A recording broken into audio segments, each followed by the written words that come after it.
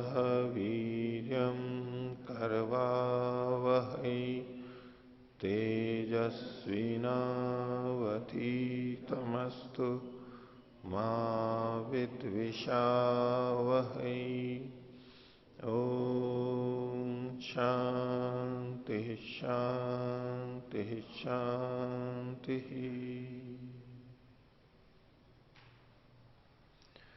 वेदांत दर्शन की 57वीं कक्षा वेदांत दर्शन के दूसरे अध्याय के तृतीय पाद के अंत तक हमने पीछे देख लिया था।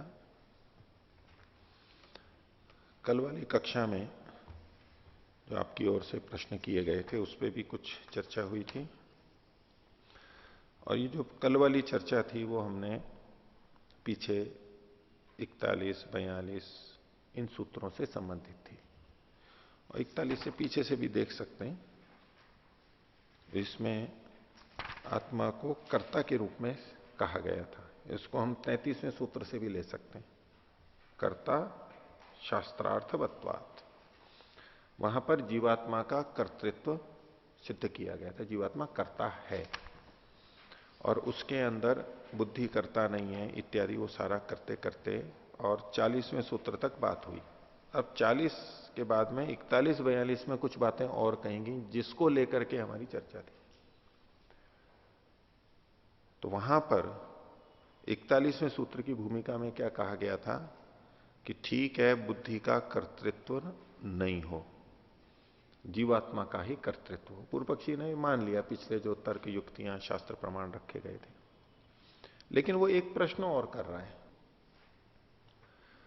तो ये जो प्रकरण चल रहा है ये जीवात्मा के कर्तृत्व से संबंधित है।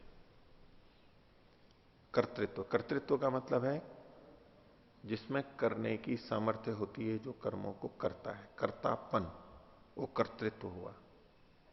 करने वाला उसको कर्ता बोलते हैं। तो जो कर्म चल रहे हैं इस शरीर में, हम कर्म करते हैं, वो कर्म बुद्धि करवा रही है, आत्मा कर रहा है, अथवा कोई और कर रहा है। कर्तृत्व किसका है, कर कौन रहा है? तो बुद्धि का कर्तृत्व हट गया।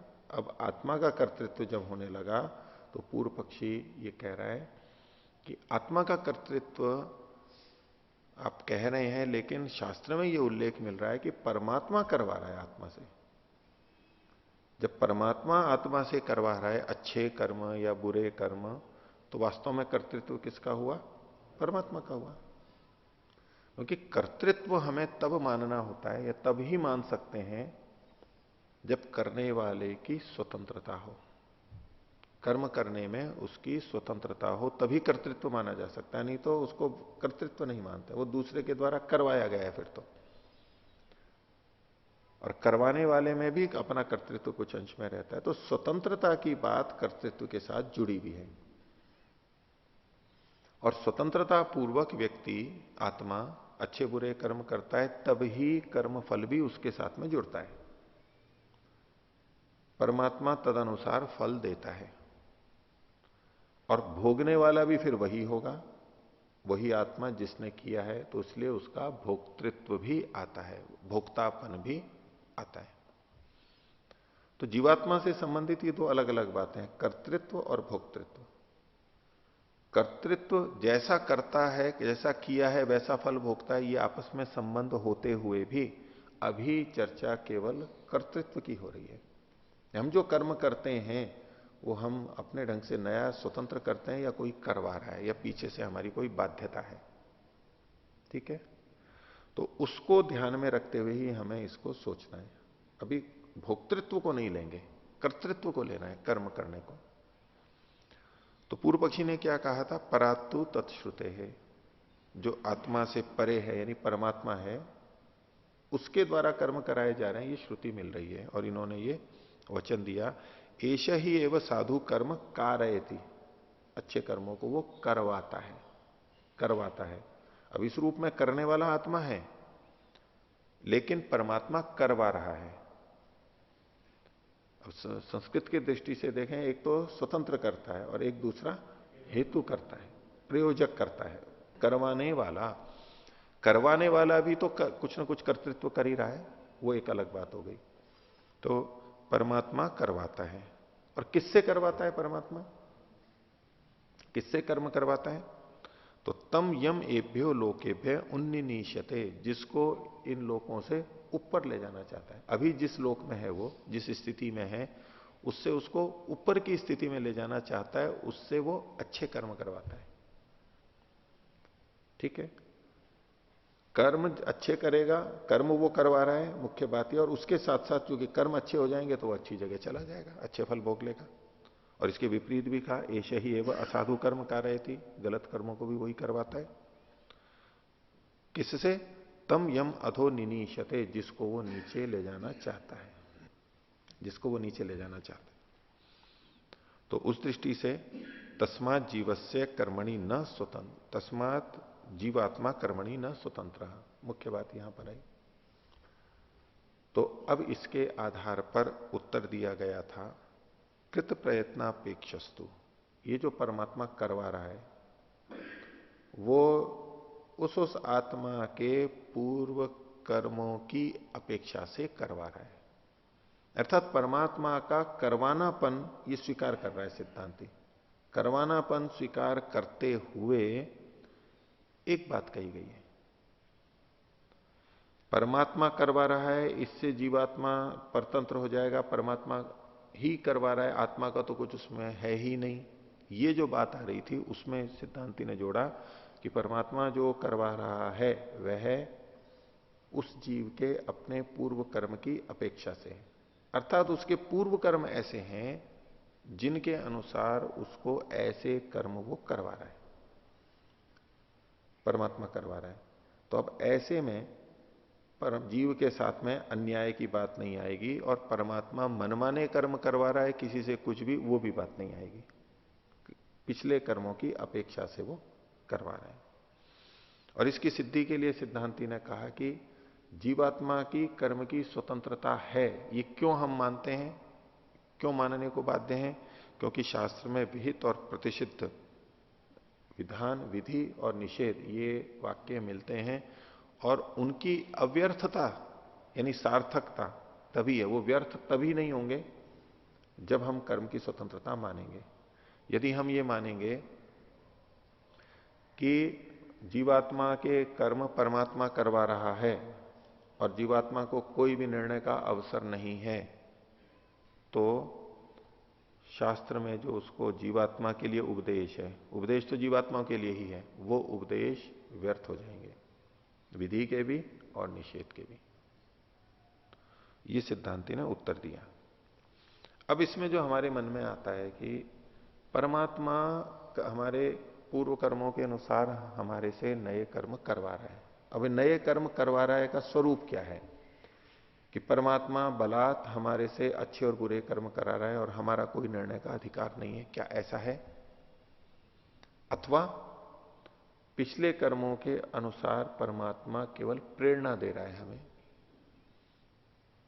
हम कैसा करेंगे ये निर्णय फिर भी हमारा है, परमात्मा केवल प्रेरणा दे रहा है, और उस प्रेरणा देने को ही करवाना कहा जा रहा है। प्रेरणा देने को ही करवाना कहा जा रहा है। तो कोई अच्छी कर्माशय से युक्त आत्मा है, उसको अब उन्नति करवानी है, तो परमात्मा उसको अच्छी अच्छी प्रेरणा देगा, तो वो अच्छे कर्म करेगा, और अच्छे कर्म कर लिए तो उसका फल अच्छे के रूप में बाद में आ जाएगा। तो अच्छे कर्म के संदर्भ में तो हमें समझ में आ जाता है कि ठीक है, परमात्मा अच्छी प्रेरणा कर रहा है। लेकिन अब बुरे कर्म के संदर्भ में कहने हैं कि उसके कर्मों का फल देना है, तो परमात्मा क्या उसे बुरी प्रेरणा देने लगेगा? बुरी प्रेरणा देने लगेगा। तो पहला अंश तो है कि परमात्मा वैसा करवा रहा है, अच्छा या बुरा, दोनों में हमें बाधा लगने लगती है। करवाने का मतलब बस बाध्य रूप में करवा रहा है, ये संगत नहीं लगता है। बुरे में तो बिल्कुल नहीं लगेगा, और अच्छे के अंदर भी यही होगा कि फिर हमारी स्वतंत्रता नहीं रही, और फिर धर्माधर्म व्यवस्था सारी समाप्त होगी और जीव की कर्म की स्वतंत्रता भी समाप्त हो जाएगी। तो इससे दूसरा इसका अंश करवाने का लिया जाता है कि वो प्रेरणा कर रहा है। अब प्रेरणा में अच्छे के लिए प्रेरणा कर रहा है, वो हमें समझ में आ जाता है। लेकिन जब हम बुरे के लिए प्रेरणा की बात करते हैं तो फिर ये नहीं समझ में आता कि परमात्मा बुरे के लिए प्रेरणा क्यों कर रहा है। और दूसरी तरफ हमें महर्षि दयानंद के वचन ये मिलते हैं कि अच्छे कर्मों में वो आनंद, उत्साह, निर्भयता ये पैदा करता है, और बुरे कर्मों में क्या करता है? भय, शंका, लज्जा ये पैदा करता है। तो भय, शंका, लज्जा यदि पैदा कर रहा है तो उसका ये मतलब तो नहीं कि वो उससे बुरे कर्म करवा रहा है। भय, शंका, लज्जा उत्पन्न कर रहा है, इसका मतलब तो है कि वो बुरे कर्मों से रोक रहा है। लेकिन यहां पर क्या कहा गया? करवा रहा है वो।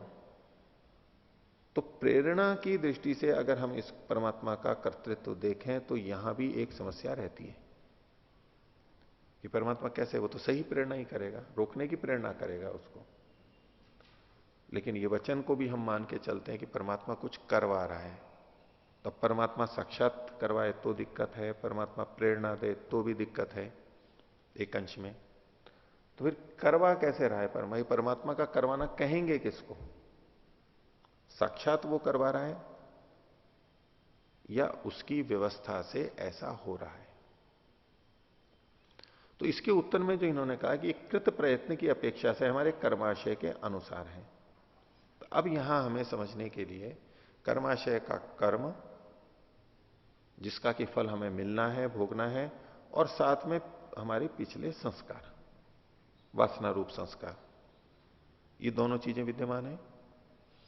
तो जब हमें पुण्य कर्म का फल मिलना है तो कुछ उस तरह की परिस्थितियां भी बननी चाहिए। पुण्य कर्म का फल मिलना है तो वैसी परिस्थितियां भी तो बननी चाहिए। तो उसके अनुरूप अनुकूल स्थिति पैदा करने के लिए उसके अच्छे संस्कार उभरेंगे। अब वो अच्छे संस्कार भी कैसे उभरेंगे? वो परमात्मा कैसे उभारता है संस्कारों को कि जब चाहे उभार दिया अच्छे, और इसी तरह विपरीत करेंगे तो जब उसके बुरे कर्मों का फल मिलना होगा तो उसके लिए भी जो अनुकूल परिस्थिति होगी बुरे कर्म का फल भोगने के अनुरूप, उसके अनुसार पर संस्कार उभर करके आएंगे। तो परमात्मा संस्कार उभार देता है। तो वहां भी फिर थोड़ा सा दोष आएगा कि भाई परमात्मा ऐसे संस्कारों को उभारता है कैसे? स्वयं क्यों उभार रहा है वो गलत संस्कारों को? स्वयं क्यों उभार रहा है गलत संस्कारों को? तो इसके पीछे एक कदम और जाते हैं कि ये जो अच्छे संस्कारों का उभरना है और बुरे संस्कारों का उभरना है, परमात्मा साक्षात इनको नहीं उभार रहा है। परमात्मा तो पिछले कर्मों के अनुसार हमें साधन देता है, और साधन शरीर, बुद्धि आदि उसने दे दिए हैं, उतने तो मिले हुए हैं। लेकिन अब जिस कर्म का फल उसे दिलवाना है तो साधनों के रूप में वो देगा हमें। कर्मों का फल हमें साधनों के रूप में दे देता है। तो जो बुद्धि हमें मिली हुई है, अब उसी बुद्धि में सत्व रज तम की स्थिति को ऊंचा नीचा करके, वो परमात्मा के अधिकार की बात है, परमाणुओं में, अणुओं में, सत्व रज तम में ऊंचा नीचा कर दे, उभार दे, कर दे, वो कर सकता है। कर्म के अनुसार उनको उभार रहा है। जब सात्विक उभारेगा, चित्त की स्थिति बदल दी, अणुओं की उद्भूत अनुद्भूत कर दिया, भेद कर दिया। तो सत्व गुण का जब उभार होगा तो हमारे संस्कार जो हमने अच्छे बुरे दोनों हैं उनमें से अच्छे संस्कार उभरने लग जाएंगे अब अपने आप। अब परमात्मा नहीं उभार रहा है सीधे सीधे, वो उभर ही जाएंगे। सात्विक स्थिति बनेगी तो अच्छे संस्कार उभर जाएंगे। ऐसे ही राजसिक तामसिक अभिव्यक्ति होगी, प्रकट कर होगा, उन कणों का उद्भाव होगा, वो उद्भुत होंगे, उभरेंगे। तो उसी तरह के हमारे ही संस्कार जो बुरे संस्कार हैं वो उभर करके आ जाएंगे, अपने आप आ जाएंगे। वो ऐसी ही स्थिति है जैसे कि जमीन में विभिन्न बीज पड़े हुए हों। बीज तो सब पड़े हुए हैं, लेकिन जब जैसा मौसम आता है, भाई पानी आ गया या सर्दी गर्मी हुई, उसके अनुसार वो बीज उभर करके आ जाते हैं। भूमि में बदलाव हो गया, वातावरण में बदलाव हो गया, तो बीज अपने आप उस तरह के उभर के आ जाएंगे। हर समय सब नहीं उभरेंगे। तो ऐसे ही सात्विक आदि राजसिक तामसिक संस्कारों के, दूसरे शब्दों में अच्छे और बुरे संस्कारों के उभरने के लिए जो भूमि है, बीज है, वो हमारा चित्त मन बुद्धि है सत्वरस्तम की। उसमें वो परिवर्तन कर देता है, अंतर्यामी है, अंदर से नियमन कर देता है। अब इसमें कोई दोष नहीं है। परमात्मा जो ये बदलाव कर रहा है, ये हमारे साधन में बदलाव कर रहा है, और कर्मानुसार वो साधनों को देता ही है, इसमें कोई दोष नहीं है। परमात्मा हमें अच्छे कार्य के लिए सीधे बलात् प्रेरित नहीं कर रहा है, और बुरे कार्य के लिए भी बलात् धकेल नहीं रहा है। वो उसने तो हमें हमारे कर्मों के अनुसार बुद्धि में, सत्वर स्तंभ में परिवर्तन कर दिया, हमारे साधन में बदलाव किया है, साधन में बदलाव हो गया। बस ये हमारे कर्मों के अनुसार परमात्मा का हुआ। इसी को हम दूसरे शब्दों में कहें कि जब अच्छे कर्मों का फल आता है तो परमात्मा उस ओर प्रेरणा देने लगता है। स्थिति बदली, हमारे अच्छे संस्कार उभरेंगे और हम वैसे ही कर्म करने लग जाएंगे, ऐसे विचार उभरेंगे, ऐसी वृत्तियां होंगी, और फिर हम उस तरह के कर्म करने लगेंगे और हमारे को बहुत अच्छा फल मिल जाएगा। और ऐसा ही बुरे कर्म के लिए होगा। उदयवीर जी ने एक बात लिखी है, या तो सांख्य में लिखी होगी या वेदांत में लिखी होगी। हम कर्मों का फल जब भोगते हैं उसके लिए भी हमें कर्म करने पड़ते हैं। एक लौकिक व्यवहार की दृष्टि से उन्होंने बात को रखा। एक तो है हमने कर्म किया, कर्माशय बना, और उसका फल अब हमें मिलेगा, फल मिलेगा। लेकिन उस फल के लिए भी क्या हमें कुछ करना पड़ेगा? सामान्य दृष्टि क्या है, कर्म तो हम कर चुके हैं, अब तो बस हमें फल मिलेगा, अब हमें कुछ नहीं करना है, बस अब तो फल मिलना है हमारे को, कर्म तो कर चुके। तो उदयवीर जी का क्या कहना है कि जब हम कर्म कर चुके, अब फल मिल रहा है, वहां भी हमें कर्म करना पड़ता है। उसके लिए वो उदाहरण देते हैं पानी का, रोटी का, भोजन का, इत्यादि का। अब भोजन हमारे को फल के रूप में प्राप्त है, अन्न आदि मिल गए, फल मिल गए, लेकिन फिर भी उससे भोजन बनाना, और भोजन बन गया है वो भी प्राप्त है, तो उसको खाना, चबाना, ये हम भोग कर रहे हैं ना। इस भोग के समय भी हमें कर्म करना पड़ रहा है, भोग के समय भी हमें कर्म करना पड़ रहा है। अब उसको फिर वो और भागों में दो तरह से देख लेते हैं कि एक तो वो कर्म है जो हम नए कर रहे हैं, भोगने के लिए नहीं कर रहे हैं, नहीं कर रहे हैं। जैसे कि कोई कार्यालय में जाकर के सेवा कर रहे हैं, अपना मेहनत मजदूरी कर रहा है, ये एक स्वतंत्र कर्म हो गया उसका। ये किसी कर्म का फल नहीं भोग रहा है, वो नए कर्म कर रहा है। अब उसको वेतन मिल गया, ये फल मिल गया, अब उस फल को भोगना है उसको, तो उसके लिए घर आकर के सामान भी खरीद के लाएगा, बनाएगा, खाएगा, चबाएगा, ये सब करना पड़ रहा है ना उसको फल भोगने के लिए भी। अब ये जो कर्म हो रहे हैं, इसके वेतन मिलने के बाद में उससे सब कुछ जो वो खरीद रहा है और बना रहा है, इनसे उसको कोई वेतन नहीं मिल रहा है, इन कर्मों का कोई फल नहीं मिल रहा है उसको। जो फल मिला था उसका उपयोग वो इस माध्यम से कर पा रहा है। तो वो एक अलग दृष्टि से देखते हैं कि जब हमें कर्मों का फल भोगना हो तो भी हमें कर्म करना होता है, अर्थात कुछ ना कुछ अनुकूल स्थिति हमें बनानी पड़ेगी, तब हम फल भोग पाएंगे। तो यदि उस दृष्टि से इसको देखना चाहें कि पिछले कर्म के अनुसार हमें कुछ भोग मिल रहा है, मिलना है, और उस भोग को भोगने के लिए कुछ ना कुछ हमारे से क्रियाएं होनी चाहिए, और हमें पता नहीं है कि हमारा कर्माशय कैसा है और क्या करें हम, तो ये परमात्मा की व्यवस्था से ऐसी प्रेरणा अच्छी है बुरी? प्रेरणा को ना कहें, सीधे और पीछे की सत्वर स्तंभ में बदलाव, वो कर्मानुसार उसने कर दिया, तदनुरूप हमारे संस्कार और वासनाएं उभरेंगी, और तदनुरूप हम गतिविधियां करने लगेंगे, और उसके अनुसार फिर फल भोग लेंगे साथ ही साथ में। उस समय जो कर्म किया जा रहा है वो इतना मुख्य नहीं है कि हमें इतना दुख हो जाए या इतना सुख हो जाए, वो तो निमित्त मात्र थोड़ा थोड़ा सा हो रहा है।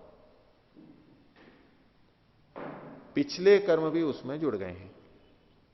इसको यूं समझ लीजिए, वही भोजन बनाने के उदाहरण में, भोजन बनाने में जितनी मेहनत होती है और भोजन से जो हमें जितना सुख मिलता है या बल मिलता है, कष्ट निवृत्त होते हैं हमारे, ये सारा का सारा भोजन बनाने वाले कर्म का फल नहीं है।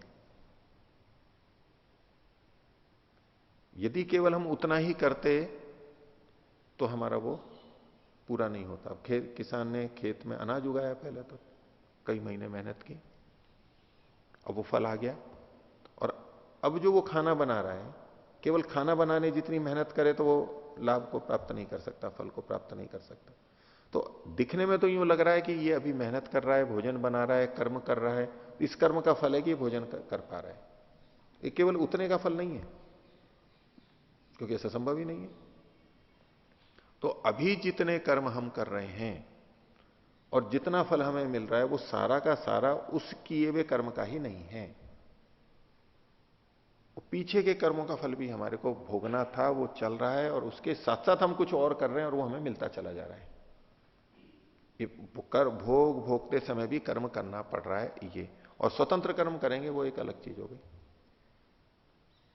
तो उस संदर्भ में भी हम इसको देख सकते हैं कि जब हमारा कोई कर्म आ रहा है और परमात्मा की तरफ से प्रेरणा आ रही है कि वो हम वैसे वैसे कर्म करेंगे, और जब हम उस तरह के कर्म करने लग जाएंगे, हमारी बुद्धि ऐसी होगी, तो जो फल हमें कर्माशय के अनुसार मिलना था, ऊपर या नीचे, वो हम प्राप्त कर पाएंगे।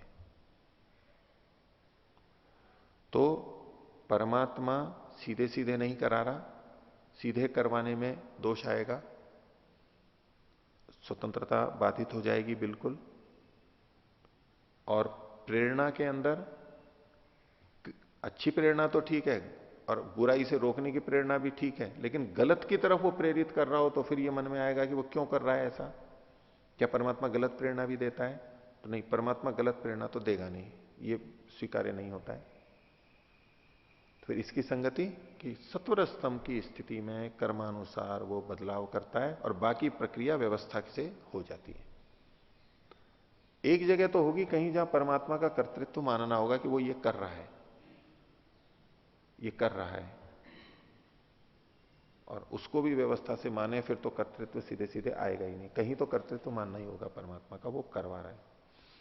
तो इस दृष्टि से अगर देखें तो परमात्मा ऐसी स्थिति पैदा कर रहा है कि हमारे अच्छे संस्कार उभर रहे हैं, बुरे संस्कार उभर रहे हैं, और उसके साथ साथ विहित प्रतिषेध वाली बात भी जुड़ पा रही है इसमें कि भले ही पिछले कर्माशय के अनुसार हमारे संस्कार उभर रहे हैं, लेकिन फिर भी हमारे पास में अवसर है कि हम उसको नियंत्रित कर सकते हैं, रोक सकते हैं, अथवा उसी में बह भी सकते हैं आगे। कुछ ना करेंगे तो बहेंगे ही, और वेग लगाएंगे तो उसी तरफ और ज्यादा बह जाएंगे, अच्छे और बुरे की तरफ। यानी हमारा उस जैसे संस्कार उभरे हैं, जैसे कर्म के प्रति, उसके विपरीत आचरण अथवा निष्क्रिय आचरण, निष्क्रिय रहना, अथवा उसके अनुरूप करना, ये तीनों ही हम कर सकते हैं, और उसके अनुसार हमारा उस तरह का कर्म कुछ बाधित हो सकता है, या कर्मानुसार यथावत रह सकता है, अथवा उससे भी बढ़ सकता है, पाप और पुण्य दोनों की तरफ से।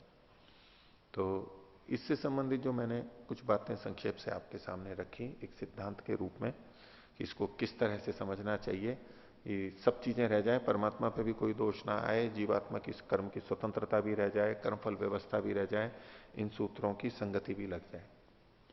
तो इसके ऊपर यदि आप लोगों को कुछ कहना है अथवा पूछना है तो कह सकते हैं, पूछ सकते हैं जी।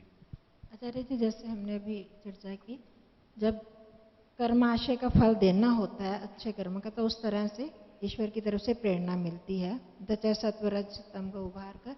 तो अगर इंसान उसके विपरीत कर देता है, कि विहित और निषिद्ध के आधार पर, जैसे बुरे कर्म का उसका कर्माशय का फल मिलना है, और उस तरह से उसकी बुद्धि भी प्रेरित हुई, पर उसके बाद भी वो निषिद्ध कर्म नहीं करता, तो उसका जो कर्माशय का फल है वो क्या रुक जाएगा फिर उस समय? इनका प्रश्न यह है कि कर्माशय के अनुसार मान लिया कि चित्त की सत्वरस्तम की स्थिति बदली और उसके अनुसार हमारे संस्कार हो गए। कर्माशय के अनुसार वो हो रहा है तो कर्म का फल भोगने की तो बाध्यता हमारी होनी ही चाहिए, मिलना चाहिए, वो बाध्यता है। तो क्या अब जो हम प्रयत्न कर रहे हैं कर्म की स्वतंत्रता से, और ऐसा करके अगर हमने रोक दिया उसको, जो पिछला कर्माशय के कारण से प्रेरणा हुई और हम करने की तरफ प्रवृत्त हो रहे थे, और वो हमारे को फल भुगाने के लिए ही हो रहा था, और हमने अपने वर्तमान के कर्मों से उसको रोक दिया, तो रोक दिया तो वो व्यर्थ हो जाएगा पीछे वाला।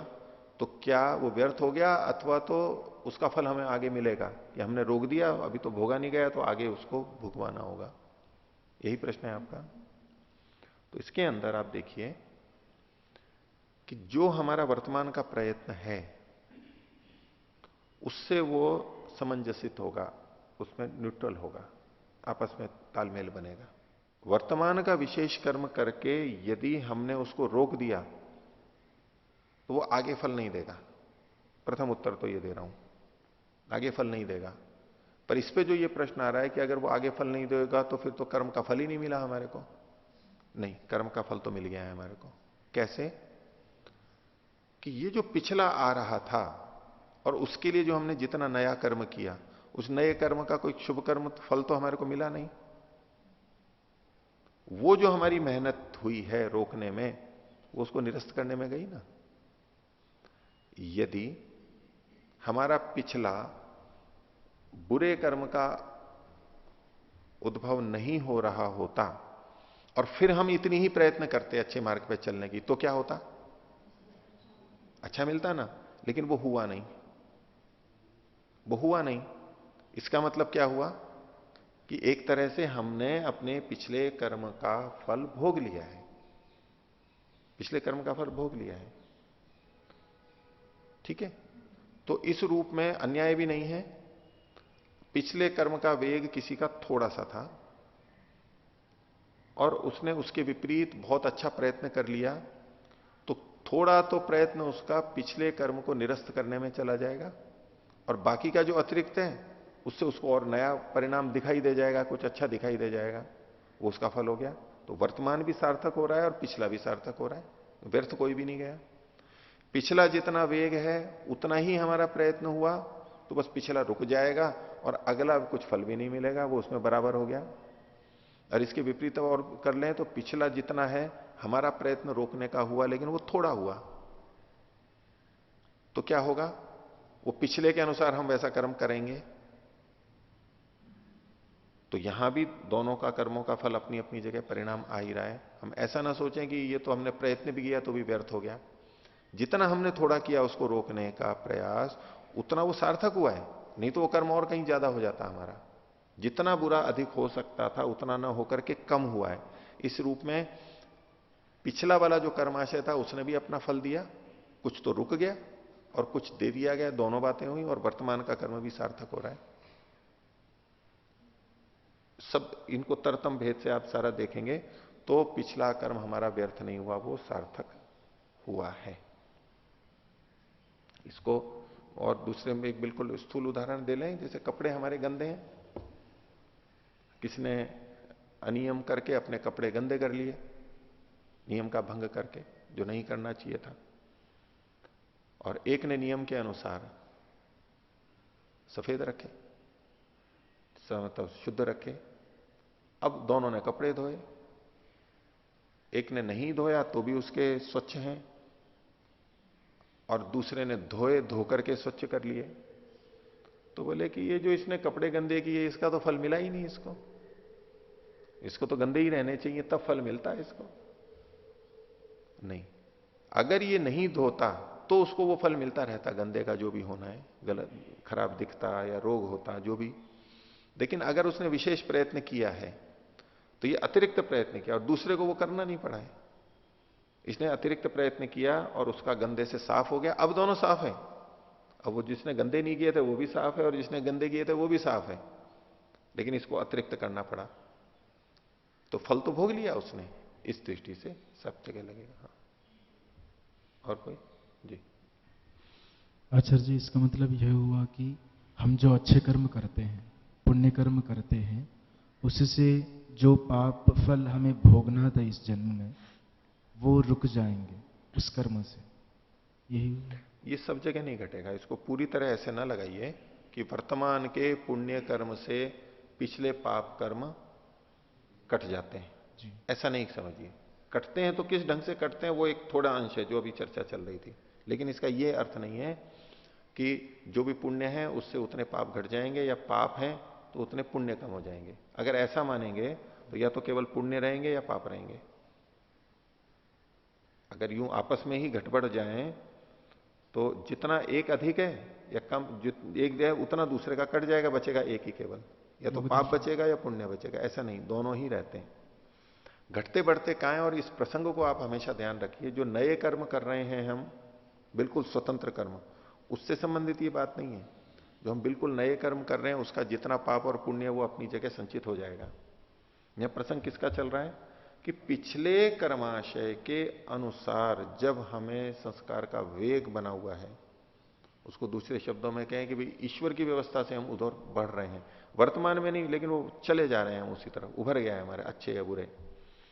अब उसको रोकने या बढ़ाने का जो हम प्रयत्न कर रहे हैं, इन संदर्भों में उसका घटना करना माना जाएगा। और वो घटना भी कैसा है, वो घटना ऐसा नहीं है कि वो बिना भोगे घट गया है, ये नहीं कहना है उसको। उसने भोग लिया है उसको, उसने भोग लिया है उसको।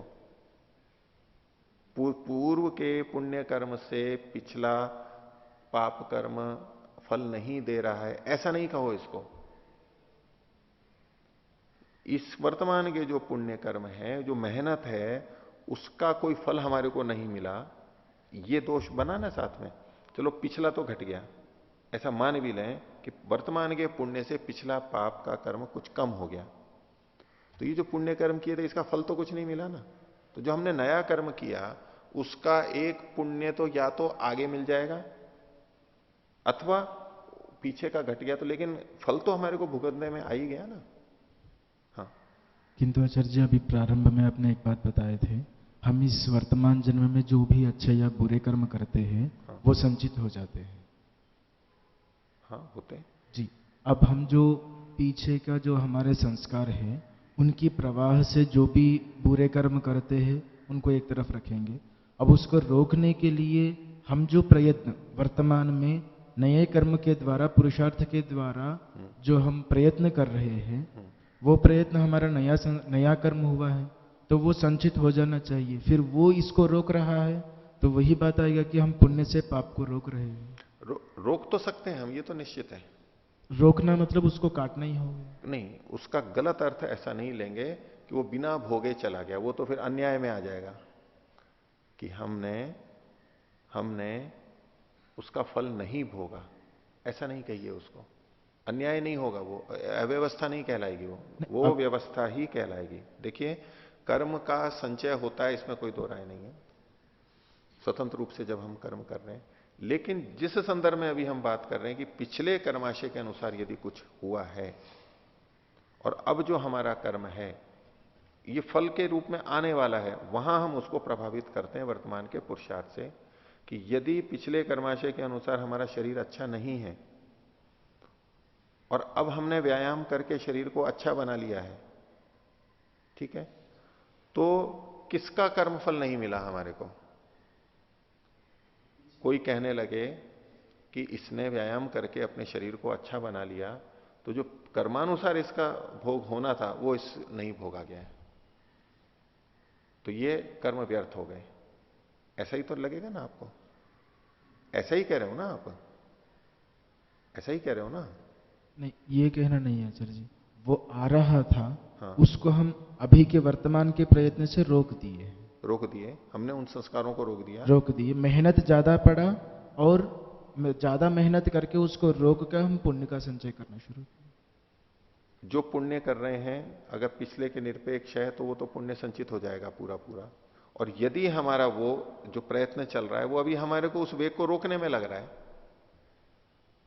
तो वो हम कर्म करने में स्वतंत्र हैं, हम इस रूप में उसको रोक सकते हैं, रोका जा सकता है। कर्मफल आ रहा है तब और विचारों के स्तर पर प्रेरणा आ रही है तब भी, संस्कार उभर रहे हैं तब भी हम रोक सकते हैं, ये हमारे कर्म की स्वतंत्रता है। लेकिन इसका जो अर्थ आप ले जा रहे हो कि फिर तो ये मतलब हुआ कि पिछले कर्म बिना भोगे ही रह गए, वो भोगे गए हैं, मैं ये कह रहा हूं, क्योंकि हम ऐसा करते हुए हमने उसके प्रभाव को रोका है और ये हमारे लिए अनुकूल स्थिति हुई है। वर्तमान में जो हमने किया है उसका भी अच्छा फल हमारे को मिला है कि हम उस बुरी स्थिति में नहीं गए पिछले के अनुसार, और पिछला भी भोगा गया है कि यदि पिछला वाला नहीं होता और वर्तमान में हम जो ये कर्म करते, इतना ही कर्म कर लेते, तो वो रोकने में खर्च नहीं होता, वो हमारे संचित हो जाता। तो अव्यवस्था नहीं कहेंगे, लेकिन पिछले को तो हम रोक ही सकते हैं, रोका ही जाता है। वर्तमान का पुरुषार्थ और पिछला भाग्य दोनों मिलने के बाद में स्थिति बनेगी। कुल मिलाकर के जो परिणाम आएगा, दोनों के बलाबल के अनुसार से एक दूसरे को समाप्त करते हुए, ये जो विपाकोन्मुख हो रहा है, ये उसके लिए बात है। पिछला जो संचित पड़ा हुआ है उसमें कोई अंतर नहीं आने वाला है। मैं अव्यवस्था की बात नहीं कर रहा था आचार्य जी। अव्यवस्था नहीं होगी तो ठीक है, तो फिर कोई दोष नहीं है। किंतु यहाँ पर हम जो पुण्य कर्म कर रहे हैं, हाँ। उसी से जो पाप कर्म करने वाले थे, उसकी जो प्रेरणा मिल रही थी, उसको हम इस पुण्य कर्म के प्रयत्न से, मेहनत के द्वारा उसको रोक लिए, मतलब भोग दिए, एक तरह से उसको भोग लिए हम। ठीक है। तो ये जो हमने अभी वर्तमान में जो पुण्य कर्म किए हैं, ये उसको रोकने में ही सार्थक हो गया है। हो गया, वो संचित नहीं होगा। नहीं होगा। तो आपने जो प्रारंभ में बात कहे थे कि हम जो भी पुण्य इस वर्तमान जन्म में जो कर्म करेंगे नया, वो सारे संचित में जाएगा। सारे का मतलब ऐसे नहीं, इसको तो घटाना ही पड़ेगा हमें। हम जो कर्म करते हैं वो संचित में होता है, निसंदेह होता है, उसका कोई निषेध नहीं है। तो उस सारे का मतलब ऐसा नहीं, ये तो यहां पर घटाना ही पड़ेगा हमारे को। भाई संचय में तो हमारे बैंक में तो वही जाएगा ना, जो हमारे पास में बचेगा वही जाएगा। हम जो कमाते हैं वो हमारा संचित होता है, अतिरिक्त धन संचित होता है, ठीक बात है ना। अब किसी ने 1 लाख रुपए कमाया, 50,000 उसका खर्च है, अभी भोग लिया उसने। वर्तमान के कर्म हम वर्तमान में भी तो भोगते हैं, वो भी है, सारे संचित हो नहीं। वर्तमान में हमने भोग लिया तो वो संचित में नहीं जाएगा। अगर हमारे पास पहले से ही इतना है तो 1 लाख का वेतन मिला तो 1 लाख पूरा बैंक में हम करवा सकते हैं, कोई बात नहीं है। अब किसी के 50,000 तो थे उधार और 50,000 उसका खर्चा था। अब जो 1 लाख रुपया आया तो बैंक में जाएगा ही नहीं जाएगा, उसका संचित होगा ही नहीं होगा, नहीं होगा। लेकिन इससे यह मतलब नहीं हुआ कि उसको फल नहीं मिला। जो 1 लाख का है वो 1 लाख का पूरा फल उसको मिला है, व्यर्थ नहीं, वो भी नहीं हुआ है। और हम ये भी नहीं कह सकते कि इस पे तो 50,000 का उधार था और अब इसको तो भोगना ही नहीं पड़ा उधार। भोगना क्यों नहीं पड़ा? इसने 50,000 चुकाए हैं ना, तो भोग तो लिया उसने, ये भोगने में आ गया है उसको, तो अन्याय कुछ नहीं है। संचित में तो वो जाएगा जो हमारा अतिरिक्त होगा, वही तो संचित में जाएगा। तो हमारे कर्म संचय में जाते हैं वो ठीक है, लेकिन उसका ये भी मतलब नहीं है कि सारे के सारे यूं के यूं ही चले जाएंगे। जो अतिरिक्त होंगे वो जाएंगे। और पिछले को तो हम वर्तमान के कर्म से प्रभावित कर ही सकते हैं। अगर पिछला वेग अधिक है तब हम ऐसा कहते हैं कि देखो हम बिल्कुल असमर्थ है, कुछ कर ही नहीं पा रहे हैं, और कर्माशय की गति, कर्म की गति बड़ी गहन है और हमको बाध्य होकर करना पड़ता है। ये केवल उन स्थलों पर लगेगा जहां पिछला वेग बहुत अधिक है और हमारा प्रयत्न उसके सामने नगण्य है, कम है और हम रोक नहीं पा रहे हैं, वहां लगेगा। लेकिन इसके विपरीत भी हो सकता है, पिछला वेग बहुत कम है और वर्तमान का पुरुषार्थ बहुत अधिक है, कोई असर ही नहीं पता लगेगा। ऐसा ही नहीं लगेगा कि कोई पिछला कर्माशय भोगने में आया भी है या नहीं आया है, अथवा बराबर है तो हमें लगेगा कि भाई आया और हमने रोका और रुक गया वो, लेकिन भोगा नहीं गया। ठीक है, बोलिए। वो 41वें पृष्ठ में, 41वें सूत्र में दूसरी पंक्ति, नीचे से दूसरी पंक्ति, एष ही एव असाधु कर्म कारयति तम यम भू निनीशते। तो इसमें एक प्रश्न था, जब परमात्मा को नीचे के लोक में ले ही जाना है तो असाधु कर्म करा के फिर उसके दंड के रूप में क्यों ले जाना, सीधा ही ले जाना? आपका इनका प्रश्न ये है कि जब परमात्मा को उसको निचले लोक में ले जाना ही था, यानी पाप कर्म का फल देना था, तो सीधे ही दे देता वो। पहले तो उससे बुरे कर्म करवाए और फिर उसको उसमें ले गया। तो इसको सीधे सीधे ऐसे अभिधा में नहीं लेना है। यहां पर पिछले कर्माशय के अनुसार उसको निम्न लोक में ले जाना था। अब निम्न लोक में ले जाने के लिए कुछ स्थितियां भी तो बनानी होंगी, उसके लिए बनेंगी। निम्न लोक में ले जाना था तो उसकी बुद्धि की सत्वर स्तंभ की स्थिति तामसिक राजसिक रहेगी, ये परमात्मा ने कर दिया। कर्मानुसार उसको उपकरण साधन सुविधा ऐसे उस समय बना दिए। बस इतना ही परमात्मा का करवाना है कि परमात्मा उससे बुरे कर्म करवाता है। बुरे कर्म करवाने का मतलब ऐसा वो नहीं है जो हाथ पकड़ के करवाता है, वो तो ले ही नहीं सकते। अब उसके अनुसार जैसे संस्कार उभरेंगे और उन संस्कारों के अनुसार वो कर्म करेगा और उसकी ऐसी स्थितियां बन जाएगी कि वो दुखों को भोगेगा। अभी जो वर्तमान के नए बुरे कर्म कर रहा है वो तो होंगे थोड़े से, वो भी स्वयं ही कर रहा है कर्म की स्वतंत्रता से, लेकिन पीछे का वेग ऐसा बन गया है कि वो उन बुरे कर्मों को बहुत अधिक तेजी से कर रहा है, बहुत अधिक कर रहा है, और उसके साथ साथ उसको बहुत अधिक दुख फल मिल जाएगा। उसके साथ साथ ही ऐसी स्थितियां बनेंगी कि उसको विपरीत मिल जाएगा। तो परमात्मा करवा रहा है, वो सीधे सीधे नहीं करवा रहा है, ये मेरे को समझ में आता है। सीधे सीधे करवाने में तो ये दोष आने ही वाले हैं। हाँ, पिछले कर्माशय के अनुसार इस तरह की बुद्धि कर देता है कि वो इस तरह के असाधु कर्म करता है, तो जो असाधु कर्म फल के रूप में है या इसका भी फिर दंड मिलेगा? साधु कर्म असाधु कर्म जो है ये फल के रूप में है, क्योंकि उसकी अनुकूल स्थिति पैदा की। और देखिए पीछे का जो परमात्मा ने तो क्या सत्वर स्तंभ में भेद कर दिया, अब उसके अनुसार संस्कार भी उभरेंगे। तो ये जो एक वातावरण बना है, बस ये फल के रूप में है। क्योंकि जब हम पाप और पुण्य के फल की बात करते हैं तो एक तरफ हम सुख दुख पे चले जाते हैं सीधे, उसके अलावा जाति, आयु और भोग। अब परमात्मा ने हमें अच्छे कर्म के अनुसार शरीर दे दिया, मनुष्य शरीर दे दिया, आयु दे दी, भोग दे दिए, अच्छे के बुरे के जैसा जैसा है वैसा मिल गया। बस ये हमारे को नए कर्म करने के लिए प्रवृत्ति दे दी, ये हमारे पिछले कर्मों का फल है। अब इसके अनुसार जो अब हम कर्म करेंगे उसके अनुसार हमें कुछ और मिलेगा। तो यहां भी जो परमात्मा की प्रेरणा है या इस स्थितियां अनुकूल बनाना है, मानसिक स्थिति वैसी बनाना है, ये एक तरह से उन कर्मों का फल है। लेकिन केवल इतना ही फल नहीं है, ये तो अभी स्थितियां ऐसी बनी हैं, स्थितियां ऐसी बनी है कर्म के अनुसार। अब उसके अनुसार जो कुछ और हो जाने वाला है आगे, वो अंत में जाकर के फल में परिणत होगा।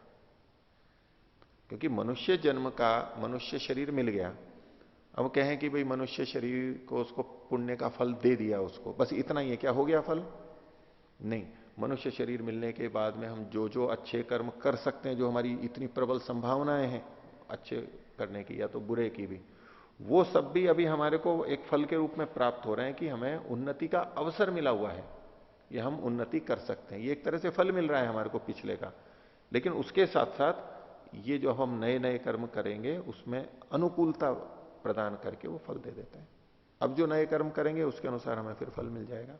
तो परमात्मा इस ढंग से जो प्रेरित भी करता है और हम जो करते हैं फिर वो केवल कर्म पिछले कर्मों का फल नहीं है, केवल अनुकूल स्थिति पैदा की और उसके अनुसार जब हमने नए कर्म किए हैं, कुछ अगर कर बैठे हैं हम अच्छे बुरे, उसका फल तो फिर आगे आने ही वाला है, उसका फिर से फल आने वाला है।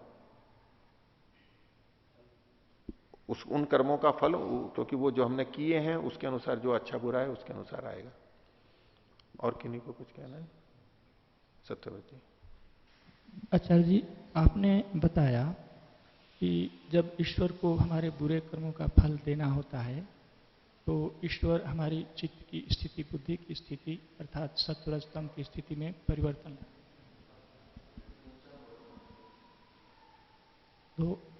लाता है, अर्थात जो तमस की स्थिति है उसको एक्टिवेट, क्रियाशील कर देता है। ये जिस समय हमारा जीवन चल रहा होता है उस प्रसंग की बात है जी। केवल सत्वर स्तंभ के बदलने से ही फल देता है ये नहीं है, सदा शरीर भी देता है जन्म के समय और वो सब चीजें भी करता है वो, लेकिन अभी जीवन चल रहा है और अब जो पिछले कर्माशय जो प्रेरणा की बात है कर्म करने में, वहां पर ये लगेगा। आगे बोलो।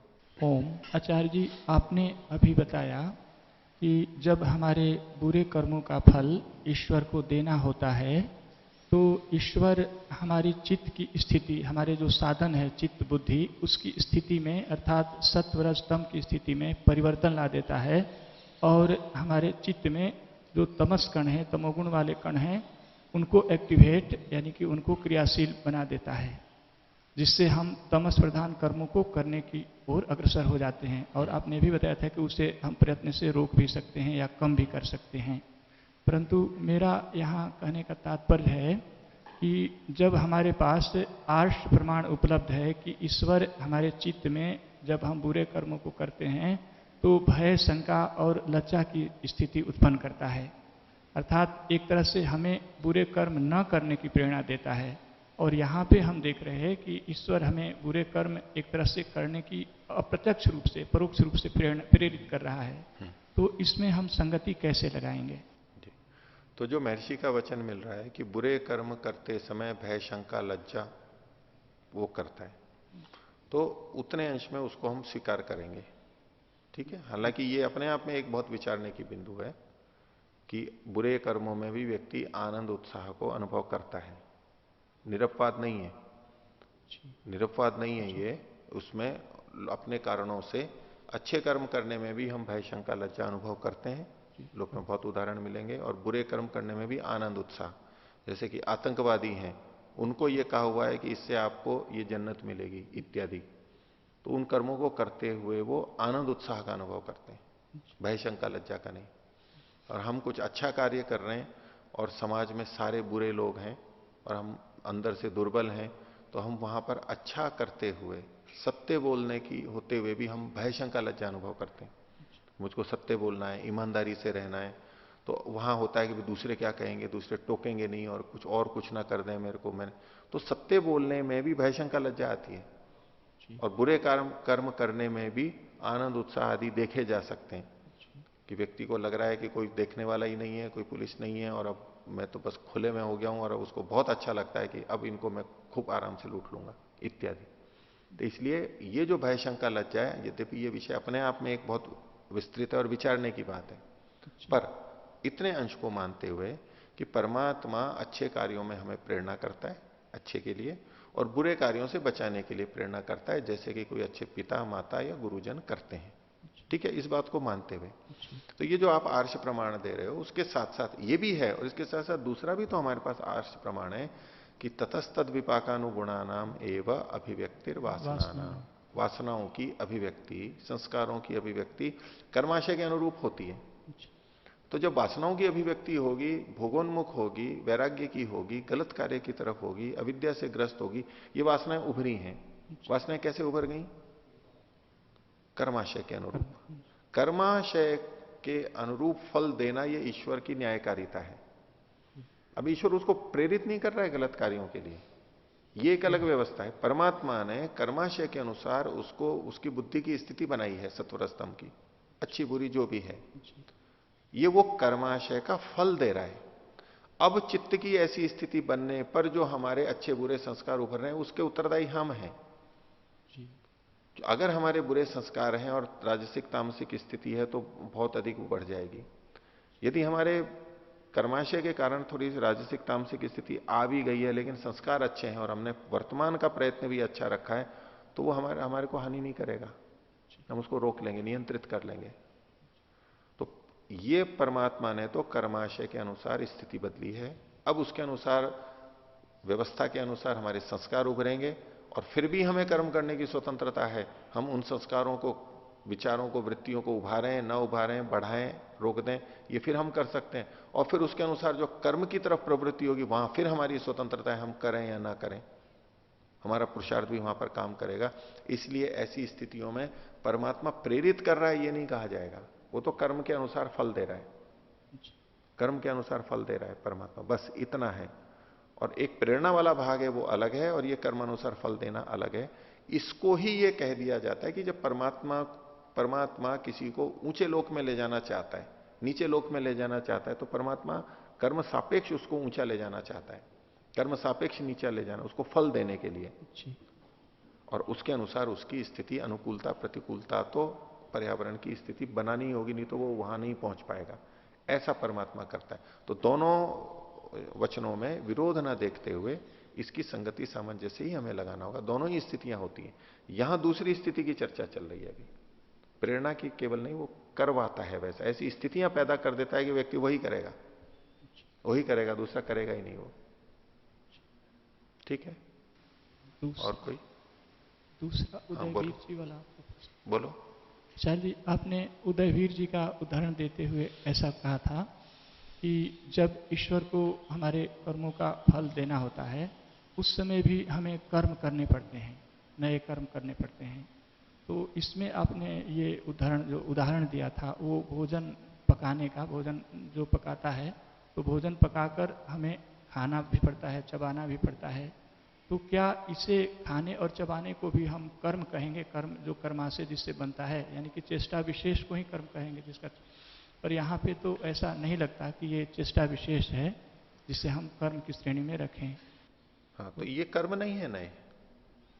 ये जो खाना चबाना है, खाना बनाना है, ये ऐसे कर्म नहीं है जिनसे कि कर्माशय बन रहा है। ये ऐसे कर्म नहीं है। जो हमने कर्म किया, जो भोग प्राप्त है हमारे को खाद्य पदार्थ, उसका सेवन करने के लिए जो कर्म किए जा रहे हैं वो ये हैं। इससे कर्माशय नहीं बनेगा। लेकिन जब हम इन्हीं कर्मों को करते हुए किसी को हानि पहुंचा रहे हैं या किसी का उपकार कर रहे हैं, अब ये हमारा नया कर्म बन जाएगा। भोजन हमने बनाया, साथ में दूसरे को भी दे दिया। भोजन हमने बनाया, दूसरों को हानि पहुंचा दी। अब ये अगर हम कर रहे हैं तो पाप पुण्य नए बन जाएंगे। नहीं तो जो हमें मिला है केवल हम उसको भोग रहे हैं। अब जैसे मनुष्य शरीर हमें मिला है, तो मनुष्य शरीर हमारे कर्मों का फल मिला, तो बहुत पुण्यों का फल मिला है। लेकिन क्या मनुष्य शरीर मिलने के बाद में हम निष्क्रिय ही रहें तो इस मनुष्य शरीर का कुछ लाभ उठा पाएंगे? और क्या नहीं जी, मनुष्य शरीर हमको पुण्य कर्म के कारण से मिला है, तो सुख भोग तो हमारे हो ही जाएंगे अपने आप, नहीं होंगे। हमें केवल साधन मिल गया है, अब इसका उपभोग करने के लिए पुनः हमें प्रयत्न करना पड़ेगा। हम चाहे अच्छा करें, कम करें, बुरा करें, वो हमारे ऊपर निर्भर करता है। ये तो सब हम प्रत्यक्ष देखते ही हैं। इसलिए उदयवीर जी की उस बात में हम सोचने के लिए हमारे लिए आवश्यक है। ये भी एक बिंदु है कर्म फल व्यवस्था में कि फल जो मिलता है उसके बाद उसको भोगने के लिए भी हमें कुछ प्रयत्न करना पड़ता है। कुछ कर्म है जो केवल भोग के लिए हैं वर्तमान में, और कुछ कर्म ऐसे हैं जिनका अभी कुछ नहीं हमारे को भोग मिल रहा है, उसका कर्माशय बनेगा, वो फल हमारे को बाद में मिलेगा। फिर उसको भोगना होगा तो फिर कुछ ना कुछ हमारे को करना ही होगा। ठीक, बोलिए। ओम। आचार्य जी, यहाँ पर जिन दो सूत्रों के ऊपर हमारी चर्चा चल रही है, इन दो सूत्रों के द्वारा जीवात्मा के कर्तृत्व को सिद्ध किया गया है कि जीवात्मा करता है। तो उसमें पूर्व पक्षी पहले आक्षेप कर रहा है कि जीवात्मा करता नहीं है, परमात्मा ही जीवात्मा से सब कुछ करवा रहा है।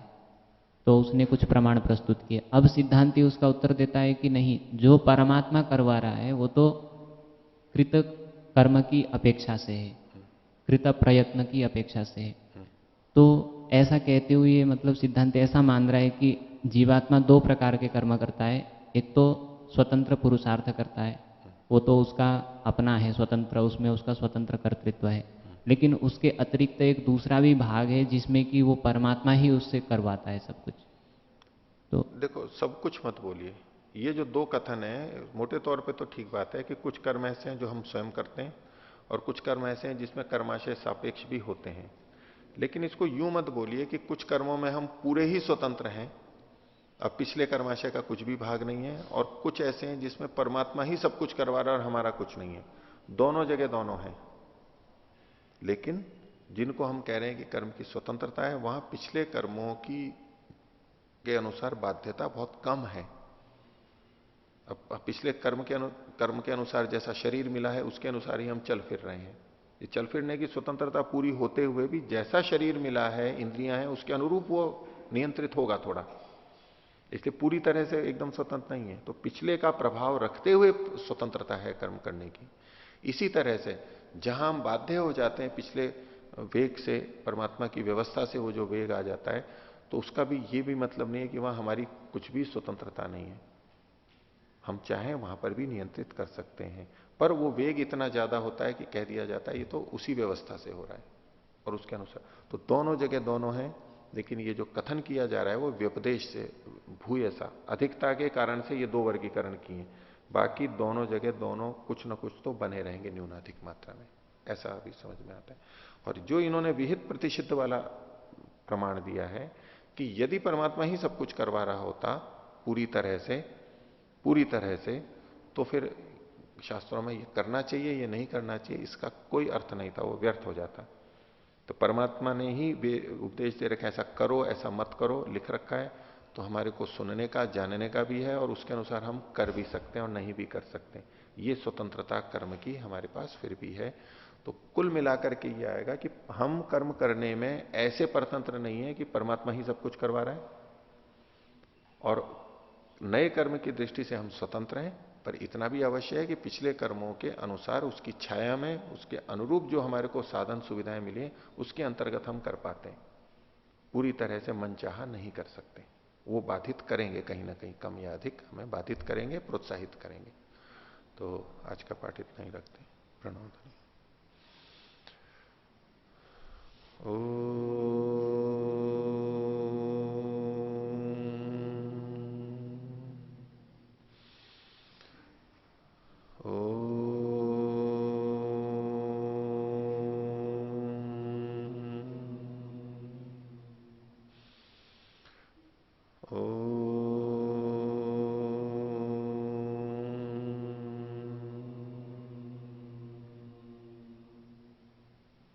सभी को सदर विवाद।